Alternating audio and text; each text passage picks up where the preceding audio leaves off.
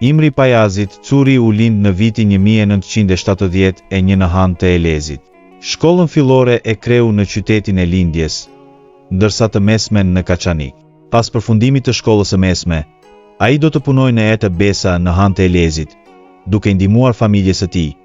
Por krismat e pushkëve të lirisë, në Drenicë, Kaçanik e gjithkund tjetër, kishin ngacmuar edhe shpirtin e Imriut çlirimtar i cili ëndërronte uniformën e shenjtë. Imri Curi e dinte se vendlindja e tij mbrohej edhe në Koshare, sepse kur të theshin forcat serbe në kufi, më lehtë do të shpartalloheshin edhe në Han të Elezit edhe në Kaçanik. Ai nuk do të kursej asgjë nga mundi i tij që ky kufi i padrejt, që pushtuesi vendosi në mes shqiptarëve, të shkatërohej.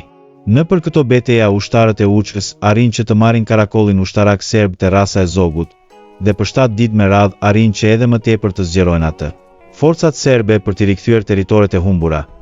Më 17 prill 1999 ndërmarrin një ofensivë të fuqishme, dhe në këto luftime ballë për ballë me armikun bie në krye të detyrës edhe ushtari i lirisë, Imri Curi.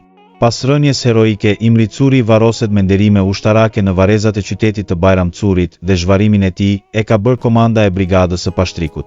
Rivarimi i dëshmorit Imri Curi bëhet me nderime ushtarake dhe varroset, krahas dëshmorëve të tjerë, në varrezat e dëshmorëve në puset e Nikës të Hanit të Elezit, më 29 gusht 1999.